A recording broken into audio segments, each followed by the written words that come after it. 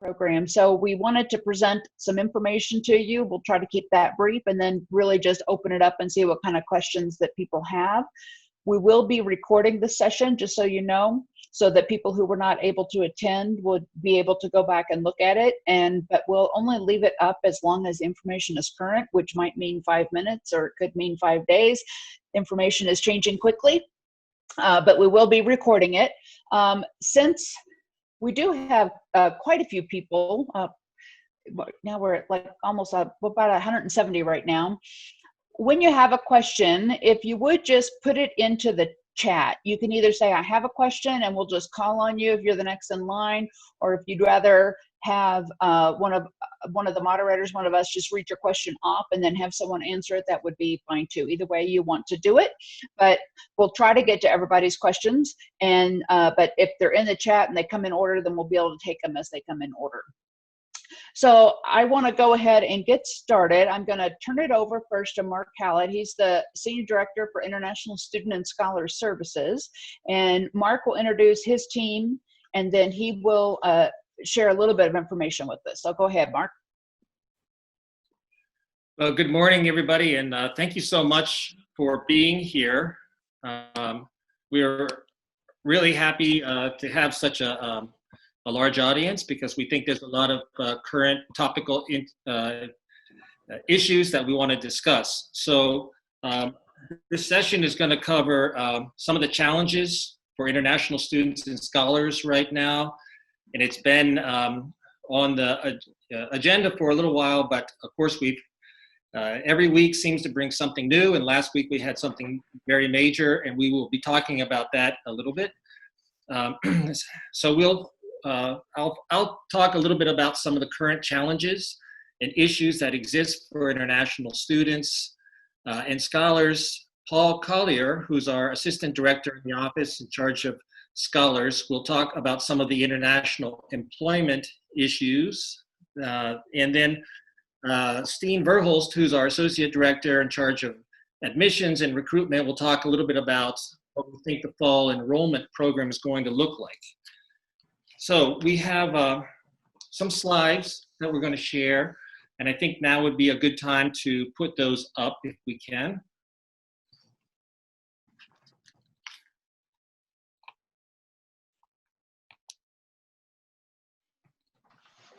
Sorry, one moment. I'm just having a little technical difficulty with the PowerPoint, but it will be up in one moment. Okay, so while we're waiting for that to come up, I just want to say that within the Office of International Programs, International Student and Scholar Services promotes the support and facilitates the international educational exchange for international students and scholars, helps faculty hire postdocs and research associates and new assistant professors and so forth. And we provide immigration services, cross-cultural programming, we do admissions, we do recruitment, and so forth.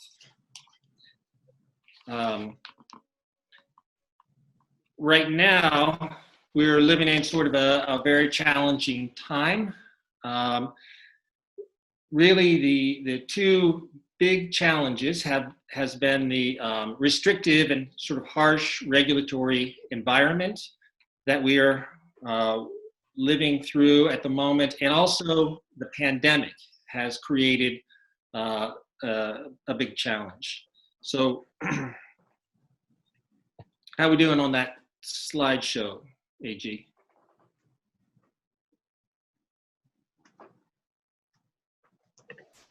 Sorry, it is not wanting to pull up for me. So I am going to still just keep working on it. I'm so sorry. Okay, well, I will just go ahead and start, and once that comes up, just let me know. I'll look at this PowerPoint here on my screen and talk from it. So just a quick recap of the spring 2020 semester. Obviously, Due to the COVID-19 pandemic, CSU moved to online classes, and that was a big change for international students as well as the entire campus. One of the major issues beyond the classes, of course, was that many of our students helped to support themselves through on-campus jobs. So there was a tremendous job loss of those students, and the financial worries were really profound.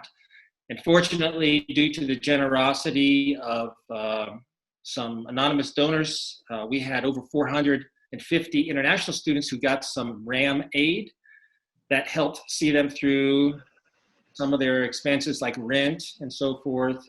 We also have a very generous donor who created the Mongeli Fund. It's modest and needs some additional support, but that also has helped us provide some aid to students through the spring and summer. And we've been working with food resources, and the Student Affairs Division has been great about coordinating that. As part of their study in the US, international students have to maintain a certain mix of online and in-person courses. Typically, 3 credits is the maximum that the government will allow international students to take of online credits, and the rest needs to be face-to-face in the classroom.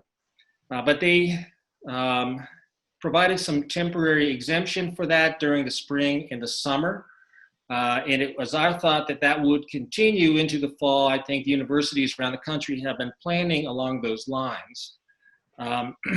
But last Monday, as you may have heard, ICE guidance came out talking about fall 2020 enrollment requirements.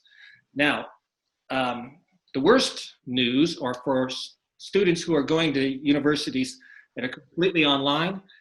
Those students have been told to leave the country, and that's thousands and thousands of international students. All of California has gone that way. Harvard, MIT, many other schools are going to be completely online. CSU is a hybrid model, so under the regulations, I think that we could make it work for our students, but it's not very flexible. Okay. I see we have the screen up.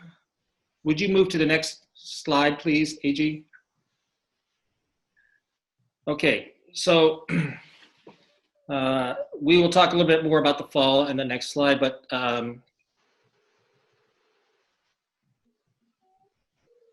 okay.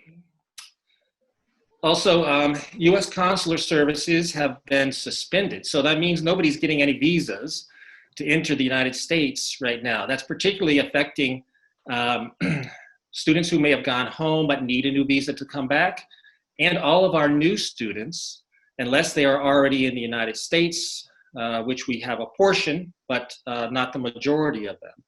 Now, we learned yesterday that some consulates may start a phased reopening soon, and we'll have to see how that works for each consulate in each country. But obviously that's having a major impact on the international student flows to the United States and to CSU specifically, and we're trying to work on some plans to facilitate different ways for them to enroll. Lots of different travel restrictions are going on right now. So there's restrictions on traveling to the United States from China, from Europe, including UK, Brazil, many other kinds of restrictions. And of course, there's restrictions on students leaving the US and going back to home countries where there's quarantine requirements, and it's very difficult in some cases to get flights, and the flights that are available can be exorbitantly priced. We've also seen that the USCIS, which is the part of Homeland Security that processes work permits for students and international scholars, and we use that and our students use that. Do you go back one, please? they may furlough 13,000 employees. Then there's a couple of things affecting the attraction of studying in the U.S. One is the relative status of the pandemic here. You know, we have more cases than anywhere else, and so families are thinking a lot about their safety of their students in coming here and what it would be like. There's also the economic impact that families may be feeling, so their ability to support their tuition and expenses of their students are affected right now. There have been a flurry of presidential proclamations. Paul Collier is going to talk about this more when we get to his section, but these affect employing international scholars. And also there have been some challenges for optional practical training. This is an employment program for F1 students. Typically they use it after graduation, and it's a real value of studying in the United States. And if that is curtailed in some way, as has been discussed by the administration, that will affect the perceived value of study in the US. Next, please.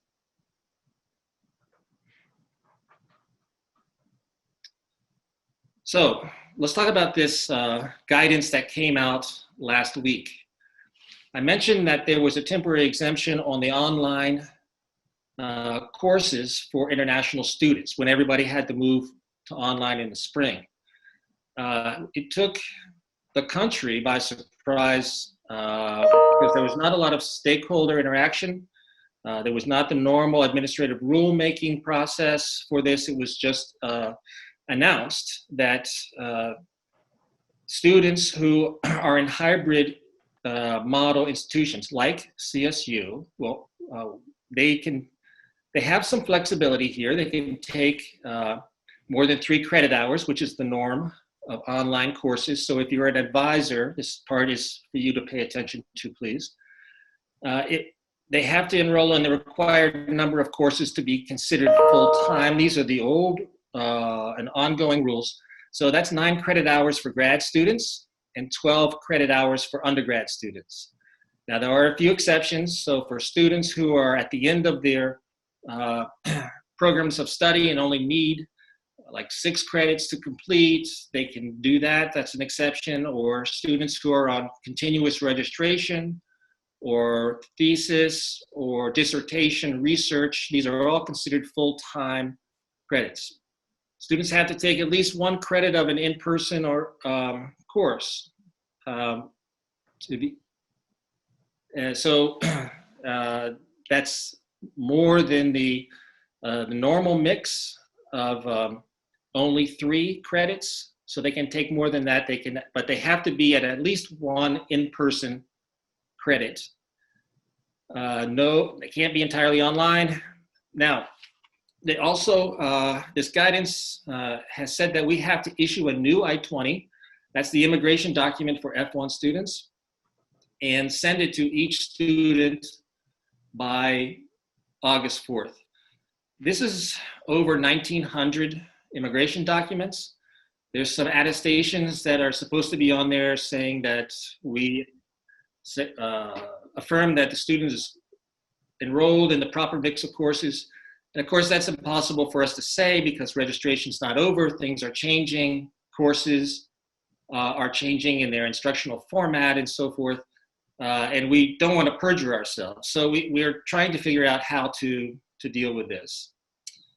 And then, of course, J1s have a little more flexibility than the F1 students. So when you think about international students, there are the 2 visa types that most of them have. The vast majority are on F1 visas, but we do have lots of Js as well. Basically, advisors should try to seek an appropriate mix of courses, whether online or in-person or hybrid mix, so they can make the normal academic progress. Next, please. Well, we're fighting back.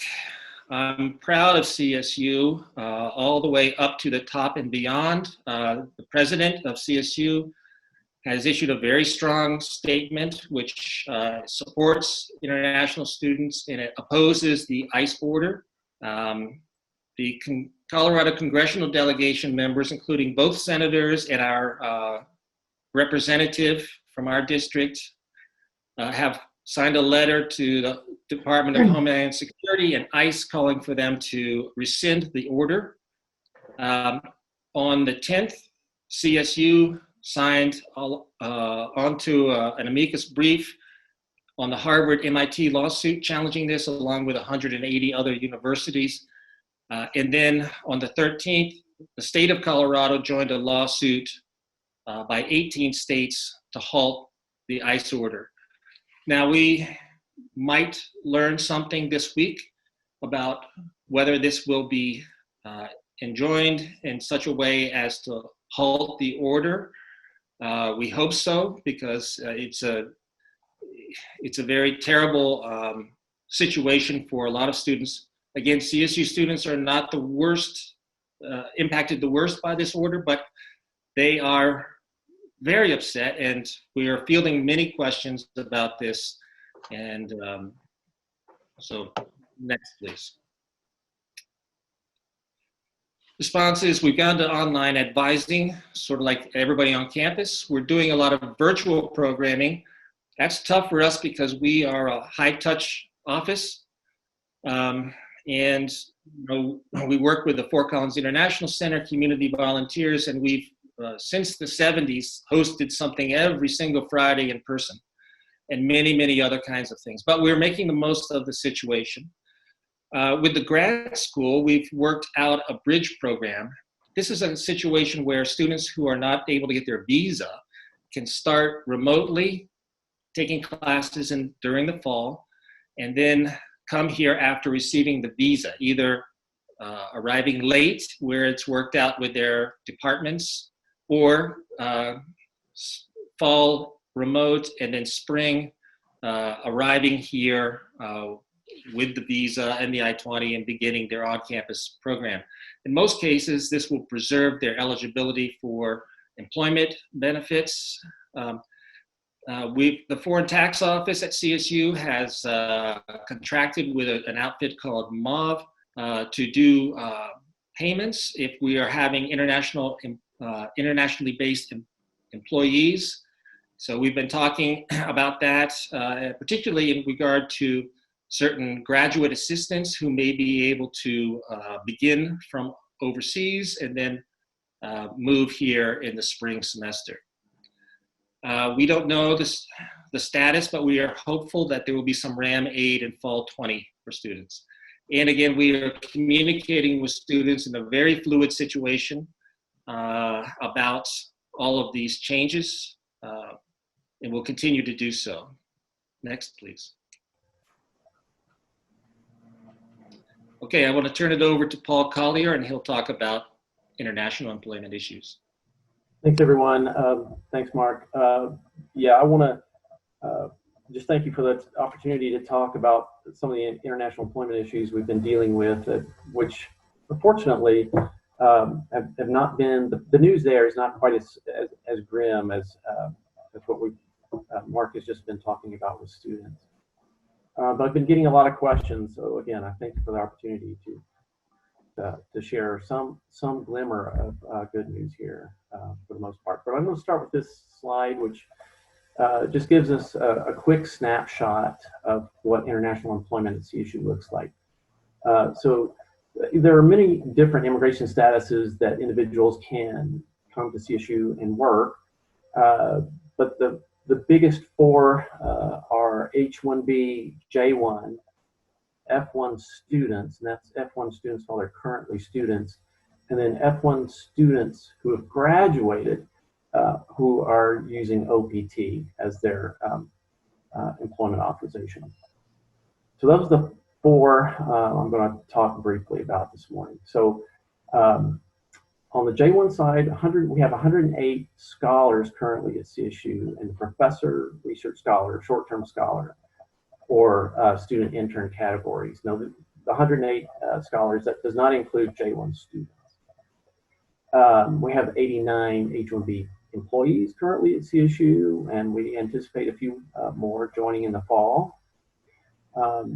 We have a lot of people working on OPT, but I don't have an exact number for you because, you know, individuals working at CSU and OPT often come from other schools.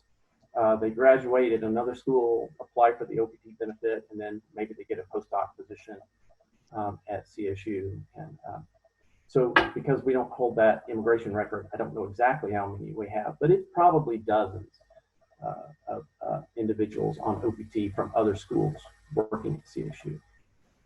Okay, next slide, please. I'm going to talk just briefly about H1b employment. At first glance, we had a presidential proclamation last month that looked pretty bad. Effective June 24, the proclamation suspends entry into the United States of any individual on H1b status until December 31st. Now, here's the good news. The proclamation speaks to entry into the U.S. So it's not speaking to people that are already here in the U.S., already working in H1b status.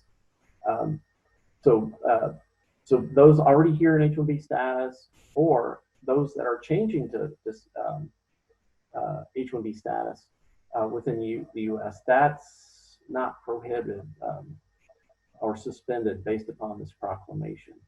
And that really is sort of the vast majority of people in H1b status at CSU. They're people that are already here in the U.S. Maybe they're at another institution in H1b status, or maybe they're already at CSU even working in a different status, and we're having to submit a petition to change your status to H1b. Those people are not affected. So on the H1b side, the news is we're not terribly affected by this most recent presidential proclamation. Of course, the caveat is the travel restrictions that Mark has already talked about. They make international travel difficult, of course. And USCIS, as Mark mentioned, may be furloughing a whole lot of employees. So we could see additional processing delays. I mean, that's already a problem. Nothing going through USCIS happens quickly. But with them potentially furloughing thousands of employees, that could make matters worse. Next slide, please. So J1 employment. So the presidential proclamation also speaks to certain categories of J1 visitors. And again, it suspends entry into the United States for anyone in the intern, trainee, teacher, camp counselor, au pair, summer work travel categories. So the good news is that CSU does not host anyone in those J categories. The CSU hosts individuals in the professor, research scholar, short-term scholar, specialist, and student categories.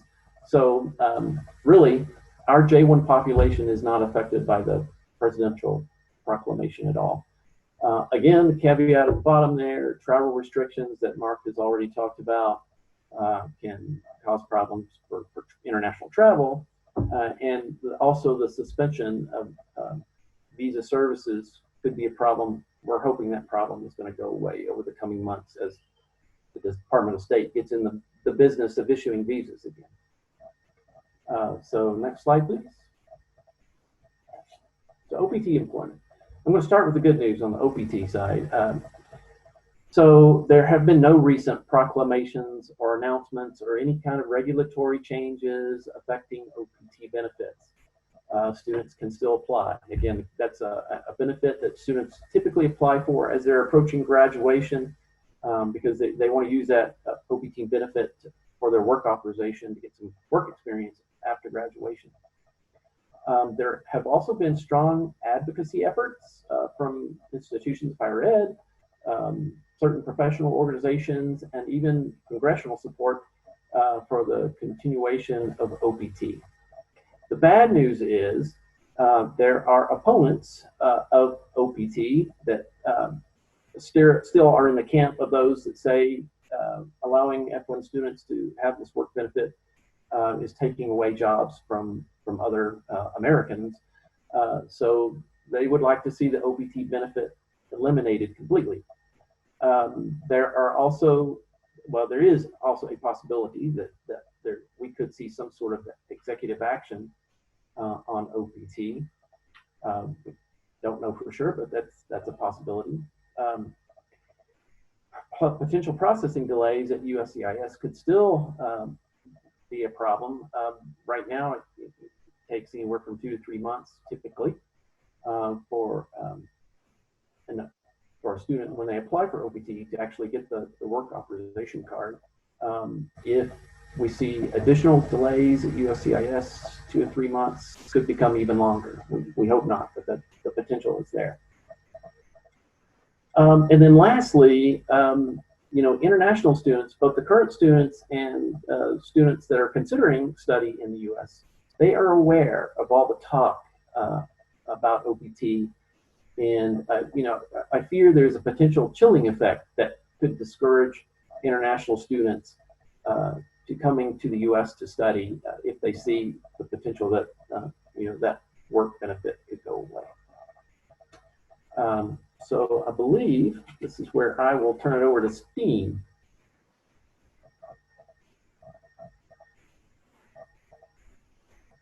Thanks, Paul.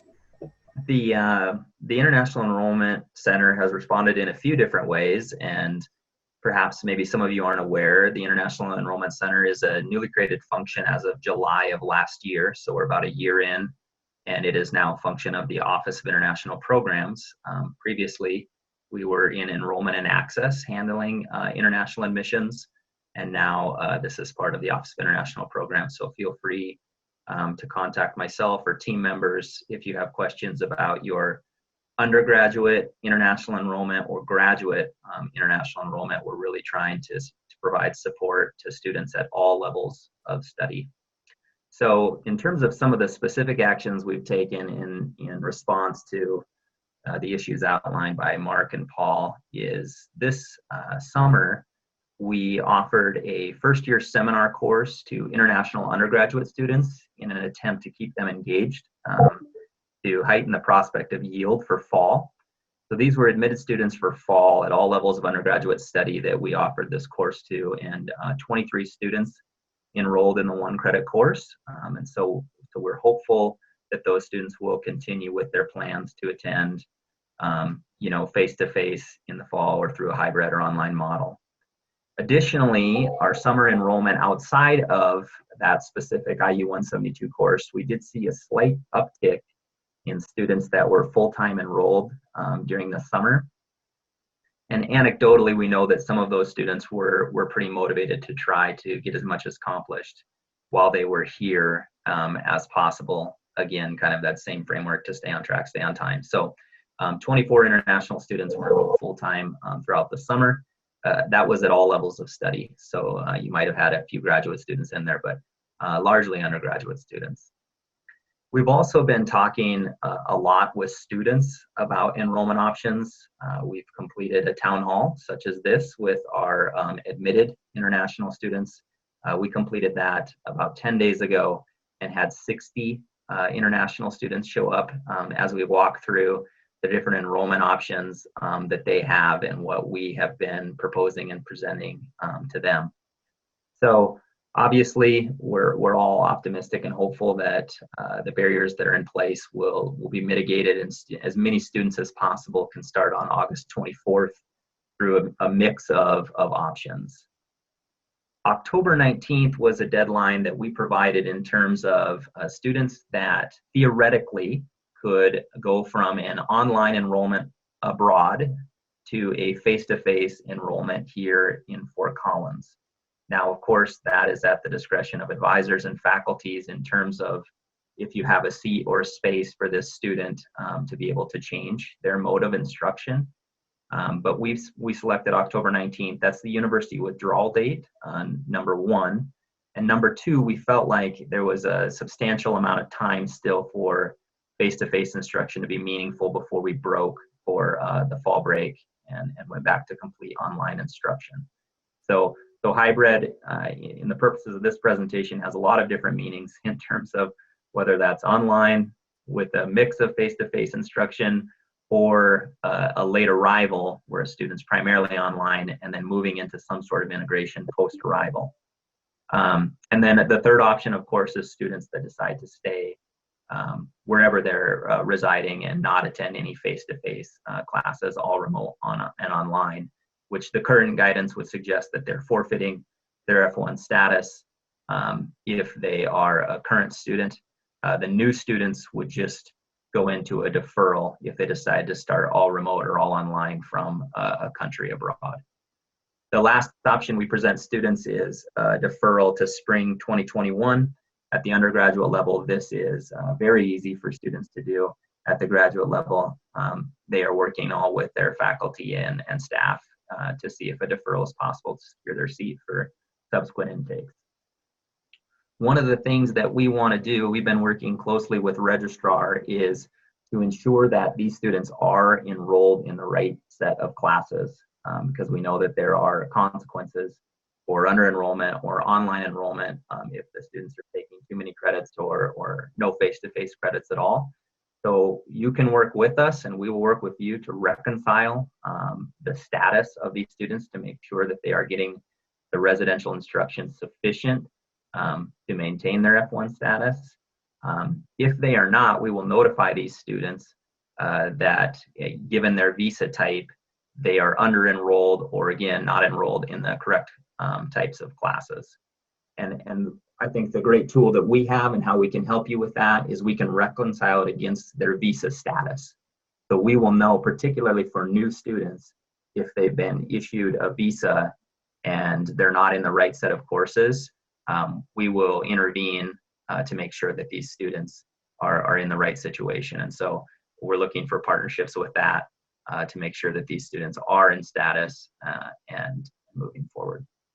So the realities of life on campus this fall, as many of you know, there is currently a compulsory 14-day quarantine requirement for all international arrivals. So this would be true of domestic travelers coming from abroad as well as international students coming from abroad.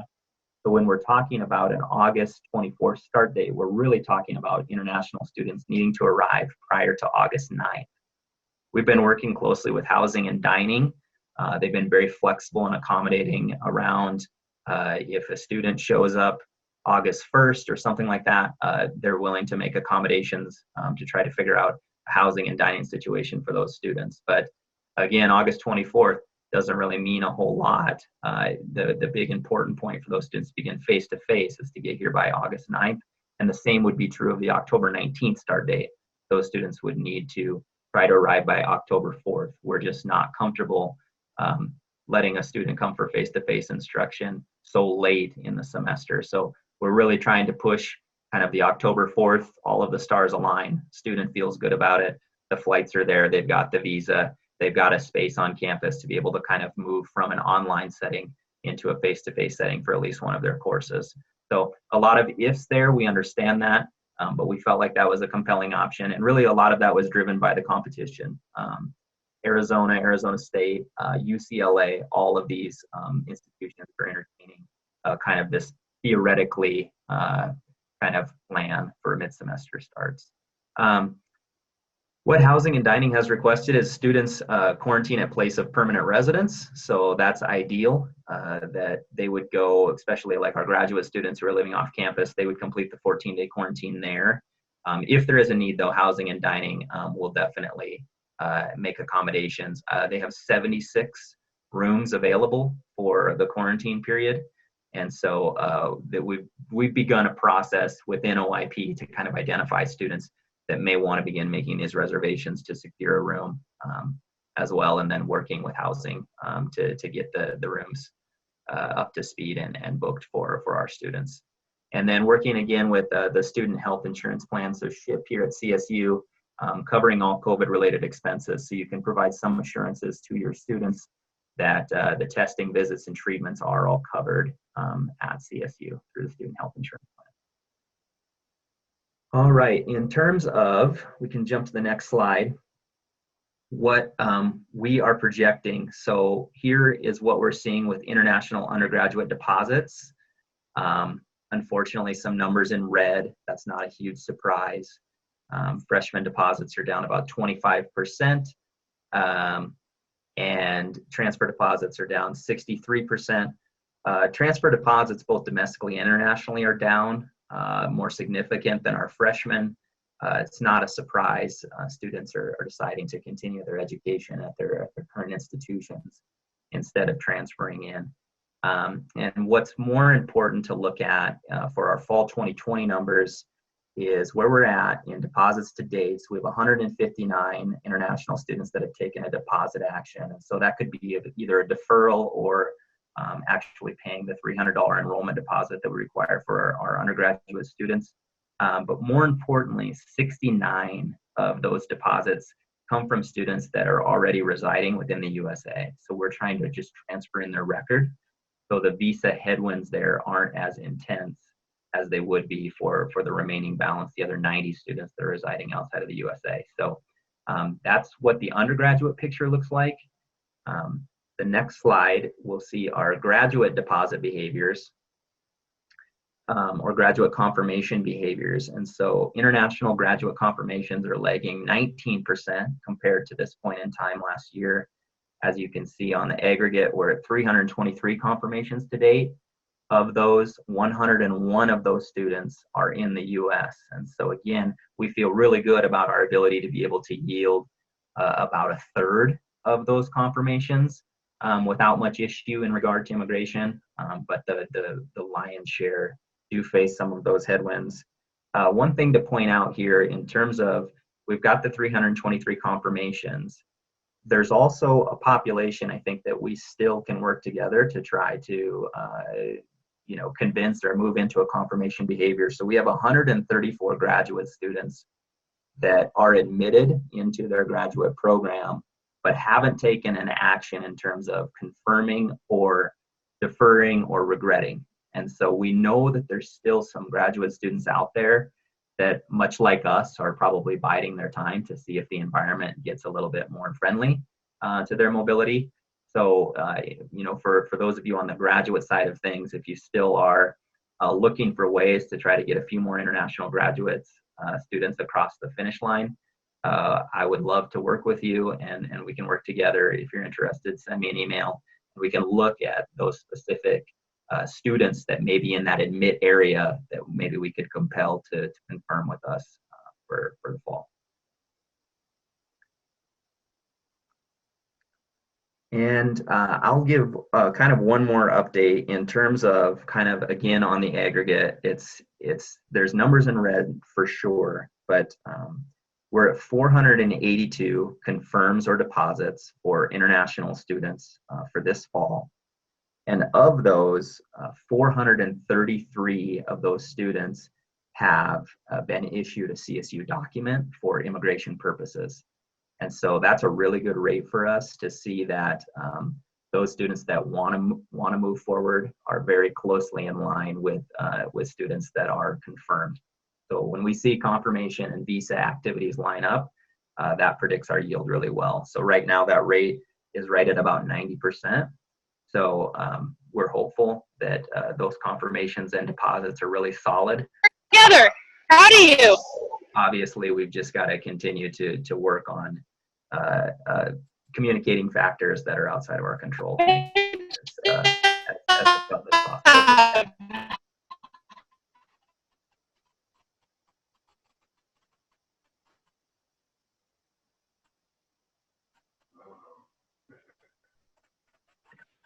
Great. We're going. Oh, Kathleen, do you want to? I was just going to say we're ready. There have been a series of questions in the chat, and I know that Paul and Mark and others have been going through those. So in terms of going back to see if there are questions that haven't been answered yet, I know there were, or if those of you, if you haven't looked at the chat yet, you might want to do that, as some questions are asked and answered regarding what is considered a face-to-face course, for example, and do research and dissertation credits count as face-to-face? And they do. I don't know about practicum credits. I'll have to leave that to Mark to answer because I'm not familiar with practicum credits and how they work. We look at it based on if they are registered if they're registered through like CSU Online as an online course, well, then that's not considered an on-campus course. But depending on what the final rules are, if they are similar to the spring and summer, or if they are what the ICE order is for the fall, some combination of courses would allow a student to maintain their status. And it's, so I'm not sure if practicum courses are typically online. I think they're typically RI courses, and that would count towards the traditional requirement of online versus other ones. But I think if you have a specific, if it's a CSU Online, they just need to be making sure that they're taking some RI or face-to-face course in order to maintain status. And one of the other questions, that kind of two different questions came on the same topic. So if continuing students are in their home country and either can't come back for fall or don't come back for fall and decide and come back for spring instead, what are the pros and cons of doing that? And is the chances of them getting a new visa once they come back in January going to be more difficult?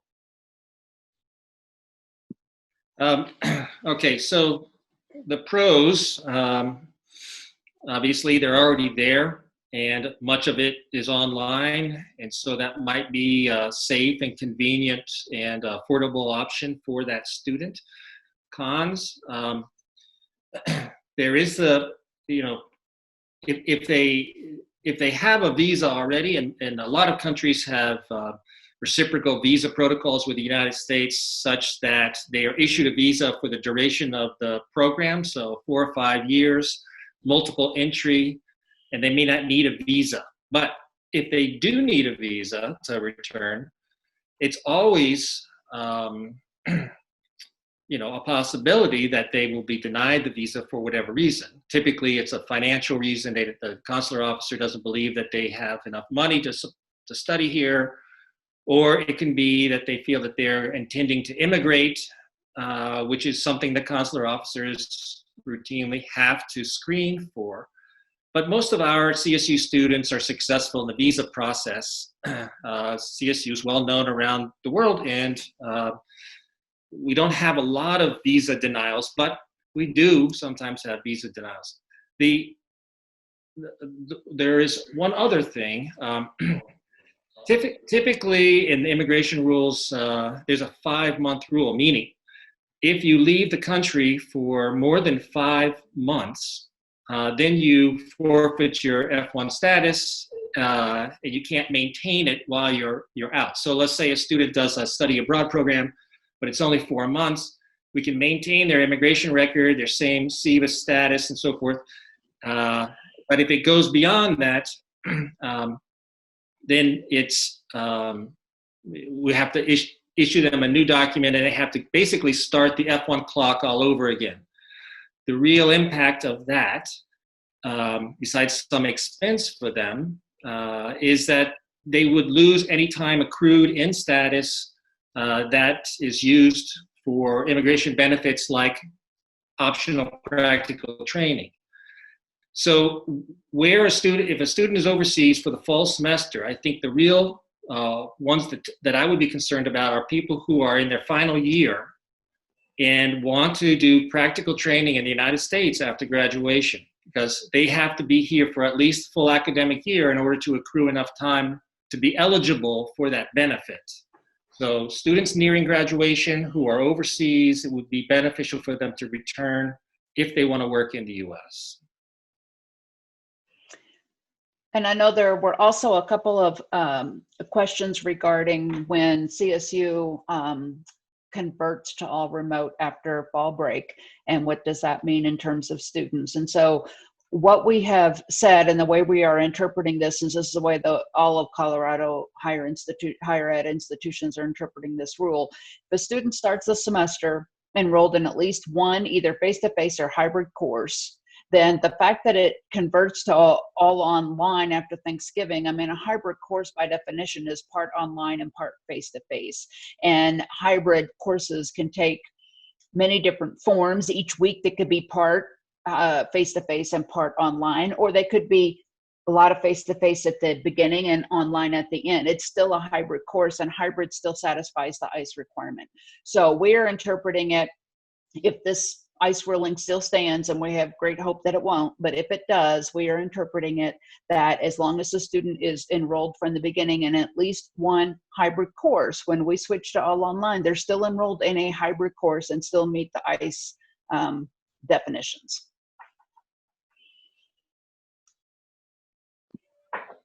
Kathleen, let me just add to that, the one thing that's in the July 6th guidance that does continue to concern us is that there is a statement that says that if the university goes to all online, not our plan, our hybrid plan that you talked about post-Thanksgiving, right. But let's say there's an outbreak and we have to shut the campus down again. Any hybrid campus like ours, or even face-to-face campuses, which is the third option, under this guidance, they're basically saying, okay, there's an outbreak, you close it down to face-to-face, so now all you international students have to leave the country, which of course is, we need more flexibility, not less flexibility during the COVID crisis. So hopefully that won't happen, but it's a concern, right. And we're talking about the possibility of some one credit course that we might be able to offer if that is required to keep people safe and whole here.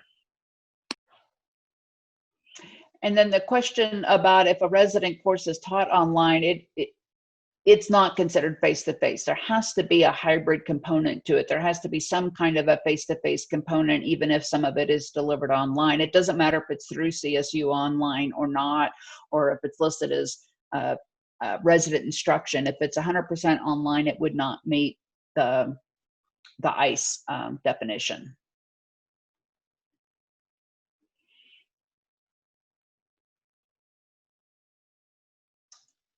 All right. Few other questions coming in. So on the,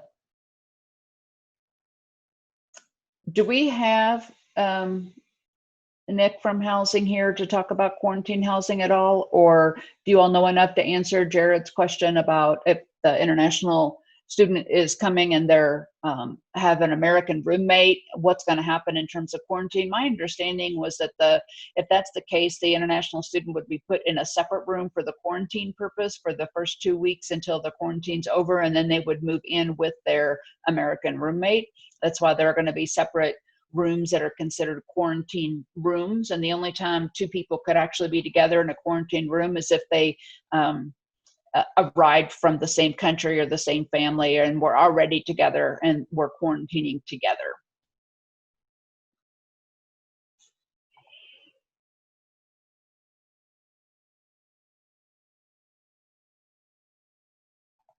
Yeah, and I'm not 100% sure on quarantine enforcement off campus. We've had many international students ask about, I have family in Maryland or Texas or all over the country to complete the 14-day quarantine. And we're not the housing or quarantine experts on that. So if anybody here from housing, and Christy Matthews, I'll put you on the spot a little bit. I know you were answering a couple of questions. If you happen to know about documentation required for quarantining and who and where and anything like that, it'd be useful. But again, totally fine to remain silent as well. Yeah, I don't actually know the enforcement off campus, and Laura Giles is also here, so I'll invite her if she has an answer to that. But I have not heard her. Maybe Jody Donovan.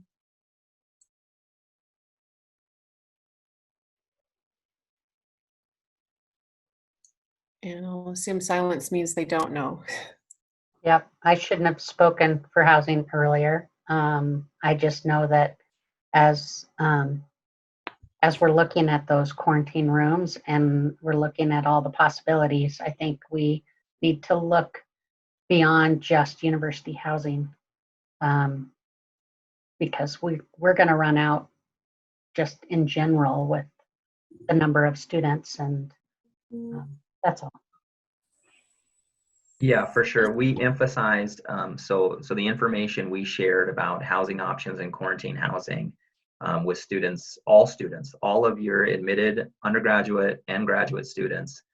We sent them a communication about quarantine currently being compulsory, regardless of where they're coming from in the world, for 14 days, and that we highly recommend that they quarantine in their permanent place of residence to take some of that pressure off of staying on campus, because again, right now it's set at 76 rooms for all of our populations. And so we did share that emphasis with students to do so. And then for our international students, we did do an internal survey to see and gauge where there might be a need based on their anticipated arrival dates and their kind of what contracts they're entertaining.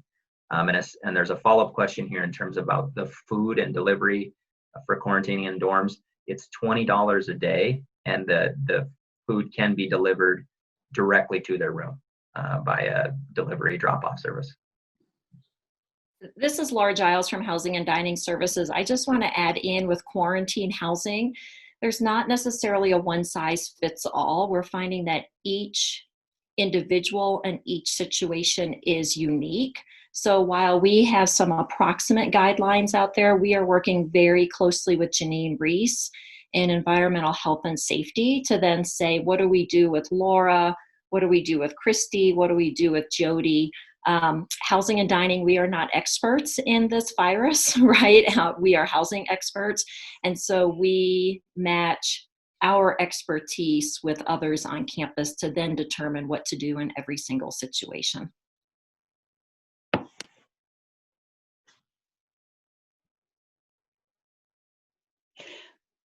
The question about hotspots in the U.S. and transfers, no domestic students at this point. The policy is no domestic students will have to quarantine upon arrival to campus. Only international students will need to do that.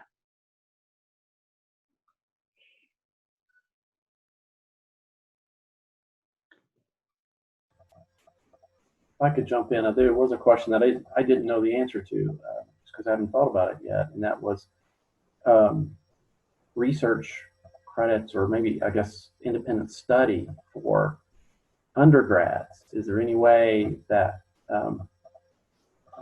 I guess this is a question for Mark, would that be considered face-to-face in any, is it a possibility? So there's a lot of questions about the course registration, face-to-face versus online. Typically, we've considered independent study courses to be regular instruction courses, not online course, because there's some faculty mentorship and oversight of independent study, and so that there is that kind of personal contact. But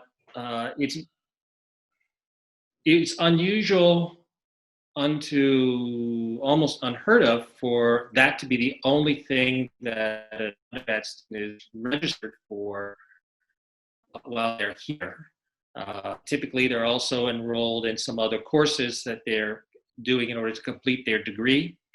But what we're finding, and this, like the moving target theme, is that as faculty, and this goes to Edwin's question as well, as faculty are revising the mode of instruction that they're using for courses, and that's happening daily, that there's a lot of changes, and you know, faculty are really scrambling to do this. We're advising everyone, students, we're sending information out to them, but also academic advisors, faculty advisors, to consider that if it's purely online, even though it will come through registration as listing it as a resident instruction course, for the definition of ICE, purely online mode of instruction is online. And so it gets a little bit of confusing in terms of data and tracking all of this, especially as things change. We told all students in the spring as they were registering for fall about how to register properly so that they had some resident instruction course, some face-to-face courses. Now there are a few that we found yesterday who are registered for all online. And in some of those cases, we believe it's due to the fact that the mode of instruction changed. So we're sending out today, actually, information to our students that says in RamWeb, there are instructions where you go in and look at the mode of instruction. I think we all need to be following this, who have some responsibility in working with international students, to help them register for an appropriate mix. And that could change if the ICE regulations change, but as of today, what it says is they need to be in at least one credit of face-to-face. So we should try to make sure that all of our students are in at least one credit of face-to-face. So those of you who work with students who follow this, very critical time to look at the detail level. And obviously this is one of the issues for which there's a lot of still questions and confusion and some things that still need to be answered. So it's clear that we're going to need to send out more information, both to students and to advisors about this. But we're also holding our breath that within the next week, we're going to hear that there's a court injunction against the ICE guidance going into effect anyway, in which case it would be a moot point. So we do need to prepare. I don't want to wait until we hear that and then have to scramble. So we do need to prepare, and we'll be sending out additional information.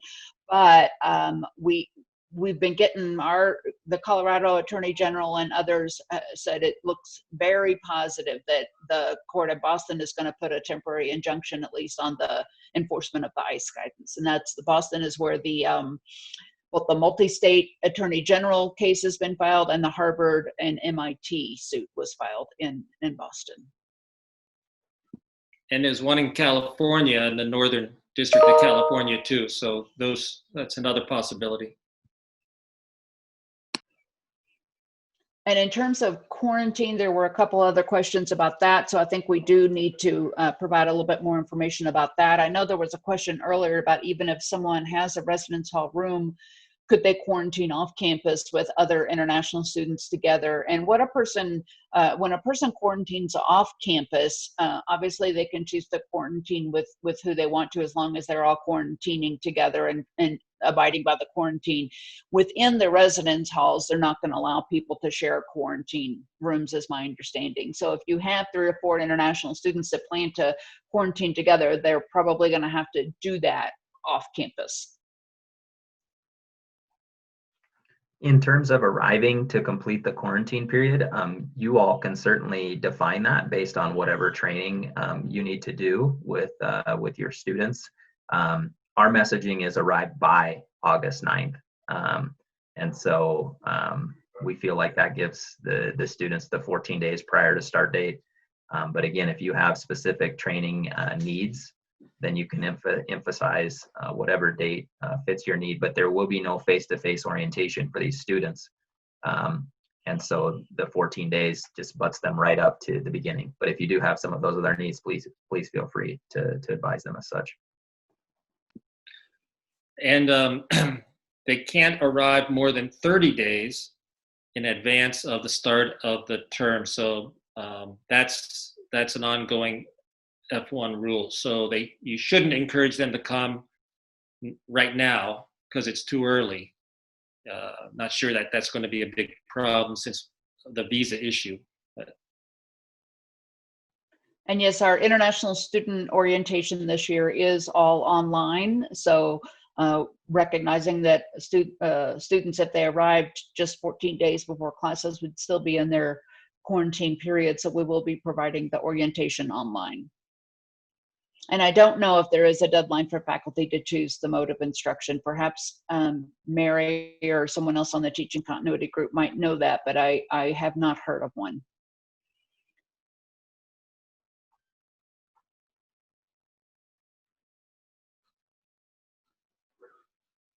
Well, I think we are at our noon hour. I really appreciate everybody participating in this. And like I said, I've noted where the most common questions are and some areas that we might need to provide more information to campus, either to students, to faculty, to advisors, or to all of the above.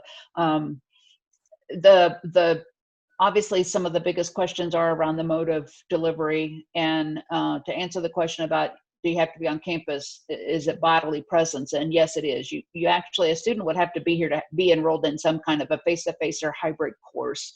And that there has to be a face-to-face component between a student and the faculty member. And that face-to-face component can happen with thesis and dissertation credits. It can happen in a hybrid course. It can happen in a fully face-to-face course. According to ICE, it does not happen in a fully online course. No matter how we code it as resident instruction or not resident, that doesn't matter. It matters if the student is having actual personal face contact with their instructor or not. All right, if there are other questions, send them to our office and we'll make sure to get all of this clarification out there. And as soon as we hear the wonderful news that this ICE ruling is going to be enjoined, I'll let you all know. That's what we're really hoping for. But even if it is, there's still a lot of other issues confronting our international students in terms of just travel and the pandemic and that sort of thing. And so we'll still have more to communicate, even if we make progress on the ICE ruling. And I think we can do the PowerPoint. We'll put it up on our website somewhere. And like I said, this meeting will be recorded for a while, and feel free to we'll get it up on our website as well, and you can point people to it who wanted to participate and were not able to. Mark, do you have any last comments? Yeah, everybody, I appreciate you being here, and let's all stand with international students. Thank you very much for coming. Thank you all very much. We appreciate it.